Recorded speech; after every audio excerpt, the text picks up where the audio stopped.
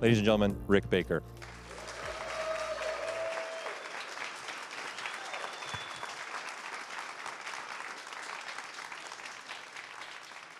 Thank you. Well, as Paul said, I'm Rick Baker, and I actually have something to admit today. I have to come clean. This is hard for me, but I'm a ZBrushaholic. I've been addicted to ZBrush for 10 years now. Yeah, I've been using it for 10 years, and back then, anybody here use it 10 years ago? Okay, so that was a whole different animal back then, wasn't it? But it was still addictive. You know, it wasn't as powerful, it wasn't as strong as it is now, but it grabbed me and never let go, and I have no regrets, I must say. But you know, it's funny, you know, I mean, I came from a real-world background of sculpting, and you know, as some of you probably know, I'm a makeup artist and do makeup effects, but I've always interested, you know, part of the whole process is the design process of the characters, and back in the day, I used to, you know, do it in pencil or paint, a design, and I would, you know, it was a whole different time then. You know, I usually do 2 designs, you know, and it would be, do you like this one or do you like this one? And they go, I like that one. It's like, good, okay, that's what I'll make. It was a lot faster than instead of doing 1,000 designs like you do now. But when I would paint traditionally, you know, sometimes it wasn't the image that I had in my head. And then the choice is, do I change the painting and potentially screw up, which is kind of a good painting, but it's not quite the design I want, or do I leave it alone? And I've done both, you know, and screwed up a lot of good paintings, and you know, and managed to make you know, a design that wasn't quite their work, you know. But I, you know, always liked learning new things and trying new things, and I wanted to learn from Jack Pierce, who was the makeup artist who did the Frankenstein's monster and all the great classic makeups at Universal, and he was actually, after saving the studio, after many years of successful makeups and films that he was very much a part of, was kicked out of the studio because he didn't keep up with the times. He was doing makeups with out of the kit, you know, building up things on faces when other studios were doing rubber appliances. And I took note of this, and I just said, I'm going to try to make sure I stay current and learn new things, and plus it's just fun. You know, I think any creative person likes to find some new thing to play with. I mean, I'm just a big kid who likes to play. I mean, I look like an old man, you know, but I still like, my brain's still like a kid's brain, you know. So ZBrush, you know, well, first of all, working digitally was, you know, in the late 80s is when I started working digitally, and we had a little Macintosh, you know, cube computer in the office, and I never touched the thing, but I was in there many times talking to the people when we're figuring out stuff and watch them typing and to be able to correct and change things. And I thought, well, this is so much better than using a typewriter. Wouldn't it be nice if you could do this with a drawing, if you could cut and paste and, you know, save and change and go back, and then I found out you could, and I got Photoshop, and again, never had touched a computer, and this is Photoshop 1.0, you know, and I had someone show me how to turn the computer on and how to use the mouse is what I had at first, and I instantly fell in love with working digitally. The fact that you could do something and save it and go back and change it, and you know, if the change you made was bad, you could go back to what you had, and I called it no fear painting. And it, to me, it just, I experimented, I tried things I would never do any other way.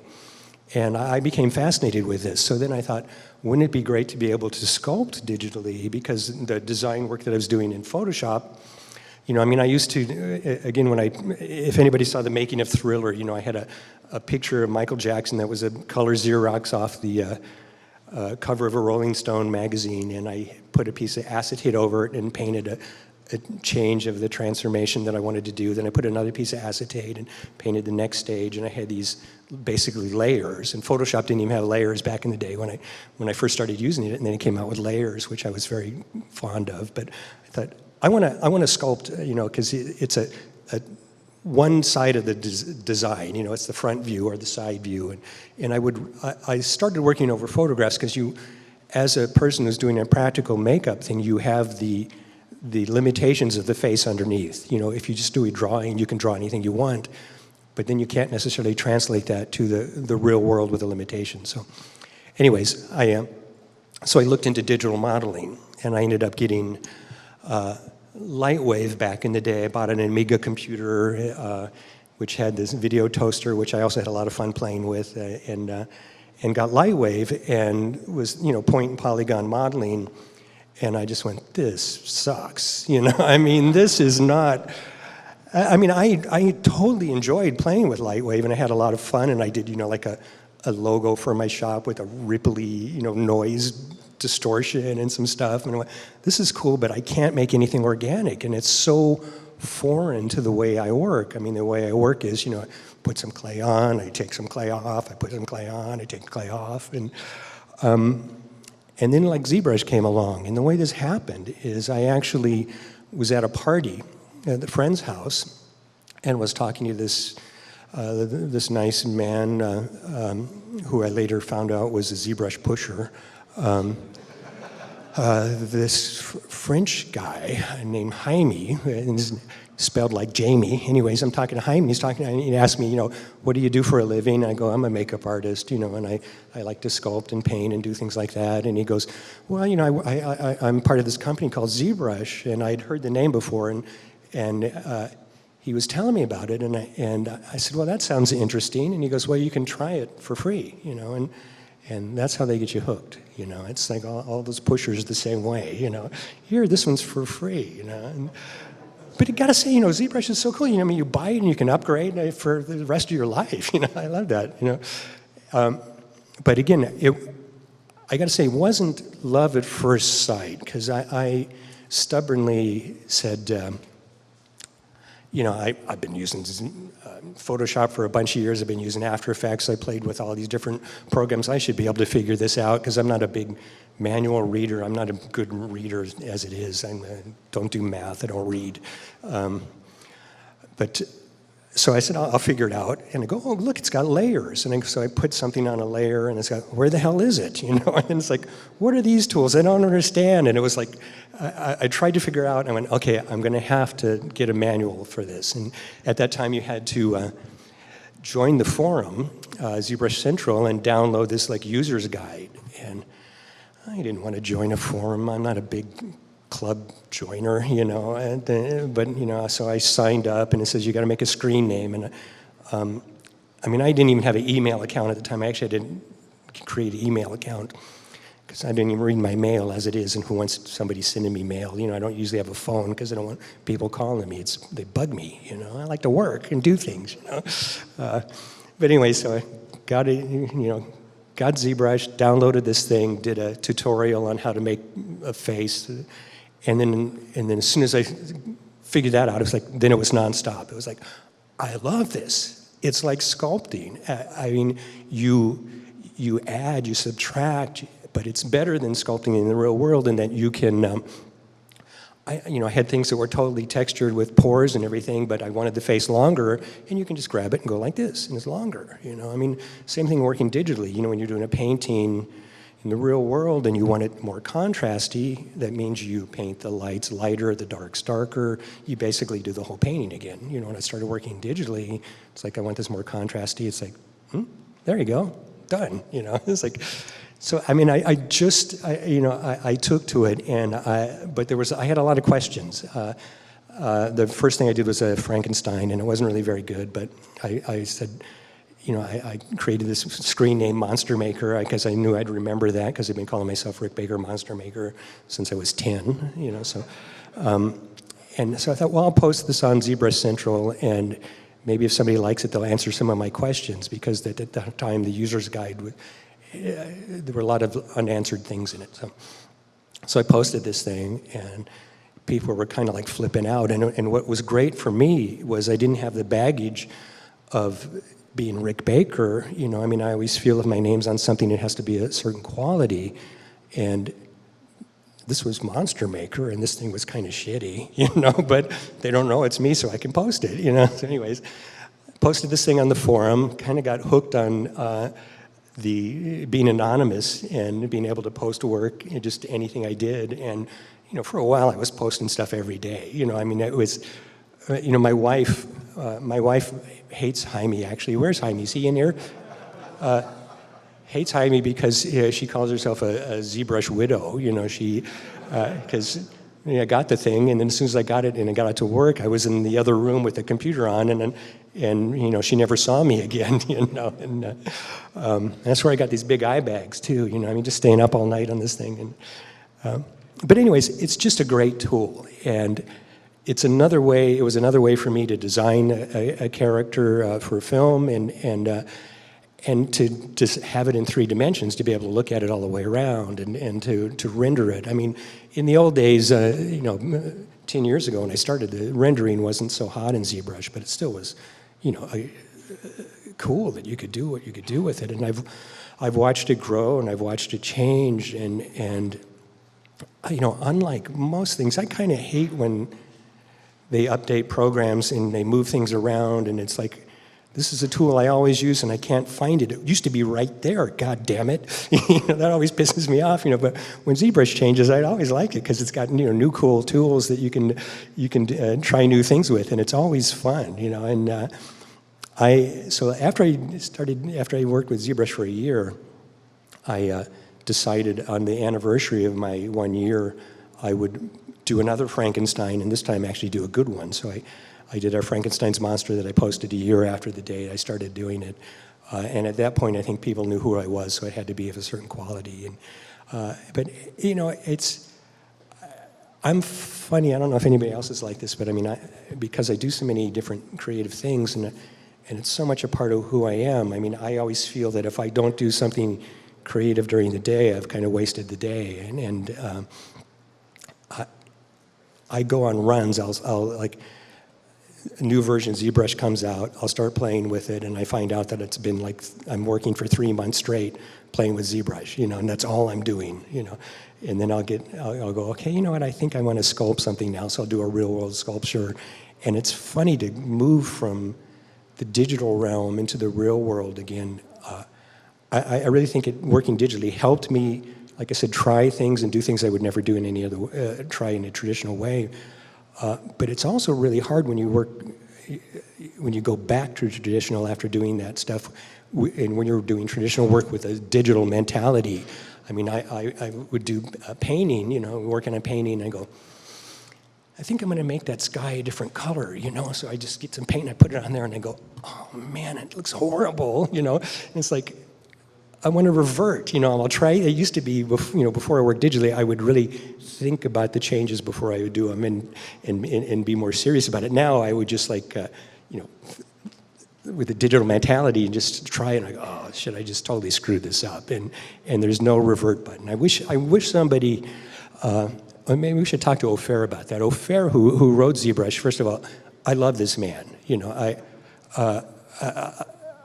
when I first met him, I told him, I said, I love you. You know, I said, you know, you created this program that, you know, he's a programmer and an artist, and he did it in a way that nobody had done before, and he did it in a way that an old fart like me, who from a traditional background, can enjoy and work digitally, and I loved it.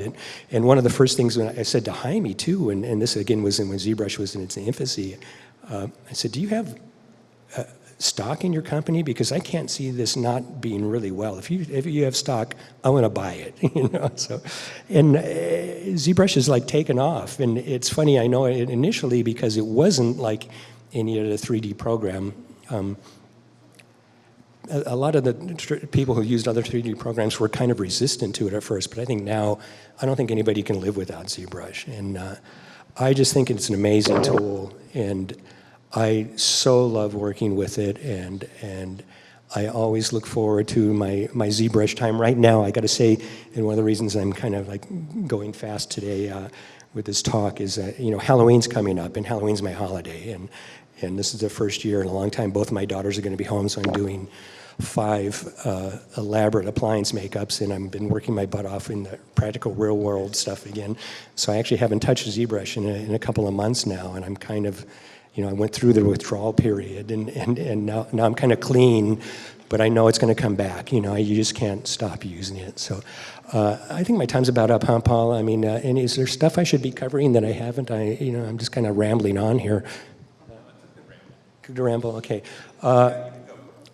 I can go for another minute. Any questions anybody has for like an old fart that used to still does practical stuff, but used to work in the film business? And some, come on. Cricket. Okay, there. Have you ever considered teaching classes? I know you're kind of like a private guy, but have you ever kind of considered doing that? Have I ever considered teaching classes in makeup or in? Makeup, sculpting, or even just kind of I have thought a lot about it recently.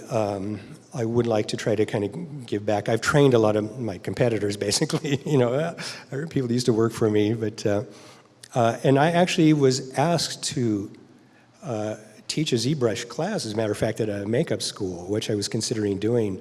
But I don't feel, first of all, I mean, I'm by no means a ZBrush expert. Like I said, I'll go on runs and I'll do stuff, and I get to where I really get pretty good at it, and then I'll go for like another couple of months and not use it again. Then I come back and go, well, how did I do that again? So I call up Paul and go, hey, Paul, how did I make that thing work like that? And then he'll tell me, which is great to have that support. But I would consider teaching something, sure. I mean, I like sharing the information. But it has to be, I feel it has to be something I can teach. And, like I said, not an expert, at ZBrush. Yes.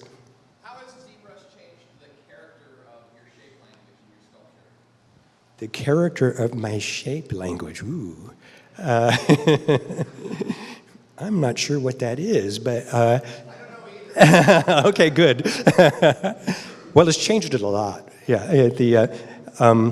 No, it's, like I said, what really changed for me was the freedom to try stuff. I mean, you can so quickly just try an idea and make changes, and I just love that, And again, working traditionally, and I make the same mistake all the time. In fact, I just did it on some of this Halloween stuff. It's something I always used to tell people that I would try to show how to sculpt and stuff. I would say, you have to get the forms there first. Don't start the detail till all the forms are right. Because I've done this so many times, you want to get in there and start doing all the details, so you do all these pores and the wrinkles and stuff, and then you get back. When I sculpt traditionally, and also I've been doing this now when I sculpt digitally, is I stand up more so traditionally, because I find when you're working on a sculpture and you're sitting down, you're this far away from it, you don't change your perspective, you're just working on this and you're focusing on this section this big, and then eventually you get up and go to the bathroom and you come in and you look at it and you go, that looks like shit. I gotta change that, and you end up, I just spent 4 hours just texturing this whole area, and then it's like, but it's not right. You got to change it, So, but again, digitally, I mean, I did many years ago.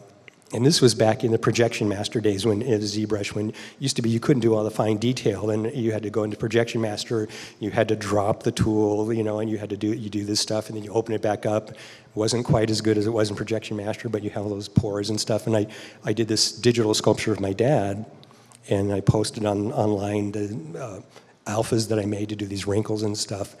But I used that same sculpture I did a number of years later when I was testing a version of ZBrush, the first one that had subtools.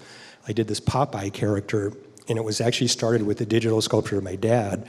And it still had all the pores and things on it, and you could just like stretch things around and move it. And I love that. I mean, I just love that you can try things and save some of the work that you did already, which you can't do traditionally. So I don't think I really answered your question, but I'm old, so. Do you feel working digitally has helped you explore new ideas, or hurt you in not being able to commit to developing an idea? That's a good question. Did anybody hear the question of whether working digitally helped me?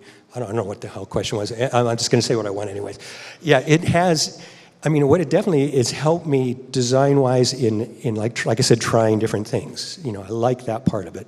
But what I don't like about the digital thing, because again, working in the film industry, like I said, it used to be, do you like this design or do you like this design? And now it's, do you like design number 1 or do you like design number 10,000? You know, because, and I went through a thing on a number of films where it's like, no, they don't know, they can't commit because they want to see more stuff. And it's like, well, do one in between this one and that one, and do one in between this one and that one, and do one in between this one and that one. And you get to the point where they just suck your soul out, you know, and they suck the life out of what you're working on, you know. And so many times we end up going back to the very first thing that I did, you know, but you have to go through, you jump through the hoops of, you know. So, I mean, what I don't like about digital is you can, and I do like about digital as well, is you can make changes and you can do a bunch of versions, but also now it's just slowed the process down, you know. I mean, they want to see more, you know, and then it's like, it got to the point where on this one film, I just said, I can't do an in-between between these two, because I don't even know what I did differently about them. I know I did something, but looking at these two, I can't tell the difference. Make up your f***ing mind, you know? It's like, you know, it's like, I mean, this is part of why I retired from the film industry. It's just like, it was making me nuts, you know? And I gotta say, you know, being retired now, I am having the best time. You know, I mean, I can sit and play with ZBrush, I can paint, I can sculpt, I can work on my Halloween makeups, and nobody's saying do one in between this and that, except me. You know, which I will do. You know, I'm redoing something I just spent a week on because it wasn't quite good enough. But anyways, I'm glad to see people interested in ZBrush. Like I said, I love it.